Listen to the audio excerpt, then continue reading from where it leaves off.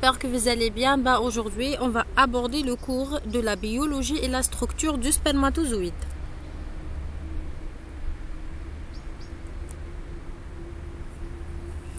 On commence par la structure. Le spermatozoïde est une cellule mobile très différenciée de 60 microns de long. Se décompose en 5 parties qui sont A. La tête, B. Le col, C. La pièce intermédiaire, D. La pièce principale et E. La pièce terminale. A. La tête. Elle est périforme en forme de poire, elle est allongée et aplatie et contient une membrane plasmique, membrane acrosomiale externe et interne qui entoure l'acrosome. C'est quoi l'acrosome? C'est l'assemblage des vésicules de Golgi situées sur le 2/3 antérieur du noyau. Il est riche en enzymes hyaluronidase qui intervient dans la digestion enzymatique et l'acrosine qui a un rôle dans la perforation de la zone pellucide de l'ovocyte. Un noyau, il est grand et occupe la majeure partie de la tête. Comme vous voyez sur l'image, sa chromatine est très condensée, homogène et sans nucléole. Petite remarque, la lame blanche qui entoure le tiers postérieur du noyau, c'est du cytoplasme. B. Le col, c'est la zone de jonction entre la tête et le flagelle, contient 2 centrioles proximales et distales. C. Pièce intermédiaire, c'est la partie la plus courte et la plus épaisse du flagelle. Elle est constituée d'un axe de filaments entouré d'une gaine de mitochondries en hélice. La pièce intermédiaire est limitée à son bout distal par un épaississement de la membrane du flagelle appelé annulus. C'est 11 et c'est pas 10. On dit annulus ou anneau de jonction. D. La pièce principale comporte un axonème, comprend 9 paires de tubules périphériques et 1 paire de tubules centraux entourés d'une gaine dense externe. La pièce terminale, c'est une structure simplifiée, contient que les filaments de l'axonème entourés de la membrane plasmique. Maintenant la biologie. Le spermatozoïde est une cellule spécialisée dans la reproduction par sa mobilité. Dû au microtubule du flagelle, il peut progresser jusqu'à l'ovocyte grâce à l'énergie fournie par les mitochondries. Son acrosome, comme on a déjà dit, il contient des enzymes qui assurent la pénétration dans l'ovocyte. Son noyau qui transmet le message génétique. Transit des spermatozoïdes dans les voies spermatiques. La production des spermatozoïdes est continue, sans interruption, et leur progression dans les tubes droits et le recte-testis se fait par poussée. Ça veut dire chaque vague de nouveaux spermatozoïdes pousse celle qui l'a précédée. Les spermatozoïdes sont propulsés dans les cônes efférents grâce à les mouvements des cils de l'épithélium et par les contractions des fibres musculaires lisses de la paroi. Canal épidédimaire, c'est un véritable réservoir de spermatozoïdes. C'est seulement dans l'épidédime que les spermatozoïdes possèdent leur mobilité propre. Dans le canal différent, les spermatozoïdes s'accumulent et le canal éjaculateur permet le passage des spermatozoïdes lors de l'éjaculation.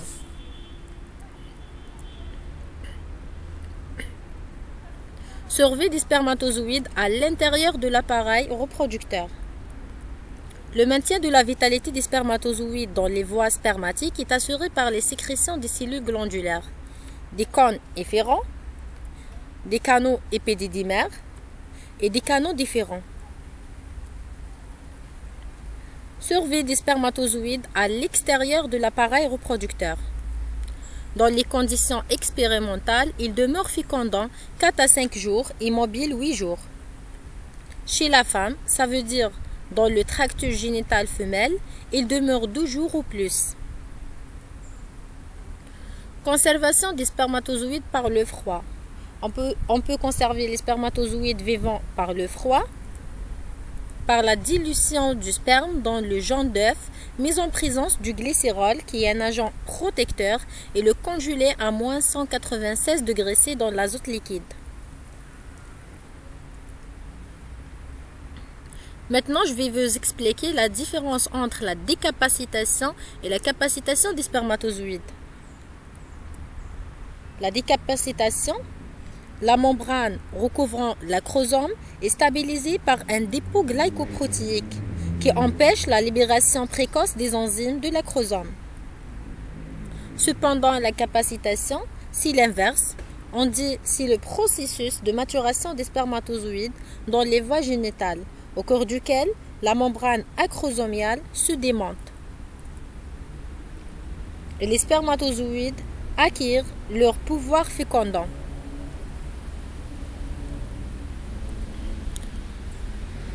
Le sperme est composé de deux parties. Partie cellulaire sont les spermatozoïdes et le liquide séminal. Le liquide séminal est produit tout au long du tractus génital, mais sa plus grande partie vient des glandes annexes. Il contient du zinc, phosphatase acide citrate sécrété par les prostates, fructose, prostaglandine sécrétée par les vésicules séminales, carnitine, alpha-glucosidase sécrétée par l'épididyme, acide aminé libre et base azotée, spermine. L'étude du sperme se fait par deux examens. Le premier, c'est le spermogramme. Il mentionne le volume, la viscosité, la couleur et le pH du sperme, et aussi le nombre, la mobilité, la vitalité et la survie des spermatozoïdes. Deuxième, c'est le spermocytogramme, c'est l'étude cytologique. Il étudie la morphologie des spermatozoïdes. Le volume total de l'éjaculation. Normal, c'est entre 2 à 6 ml. On dit qu'il y a une hypospermie si le volume est inférieur à 2 ml. Et une hyperspermie s'il est supérieur à 6 ml. L'aspermie, c'est l'absence d'éjaculation. 2. La numération. Normal, c'est 20 à 250 millions par millilitre. Oligospermie, ça veut dire une quantité insuffisante de spermatozoïdes si le nombre est inférieur à 20 millions par millilitre. Polyspermie, s'il est supérieur à 250 millions par millilitre, Azoospermie, c'est l'absence de spermatozoïdes à l'éjaculation. La mobilité.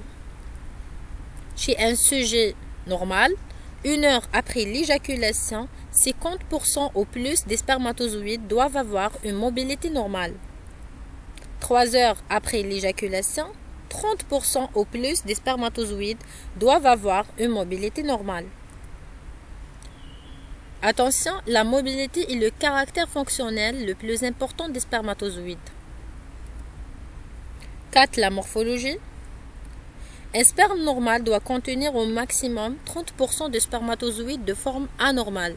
Ça veut dire un sperme normal doit contenir au minimum 70% de spermatozoïdes de forme normale.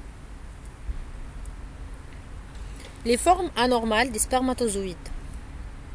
Spermatozoïdes immatures, spermatozoïdes avec des anomalies morphologiques simples, tête arrondie, tête vaculaire pigmentée, spermatozoïdes avec des anomalies dégénératives, de tête par exemple, ou bien de flagelles.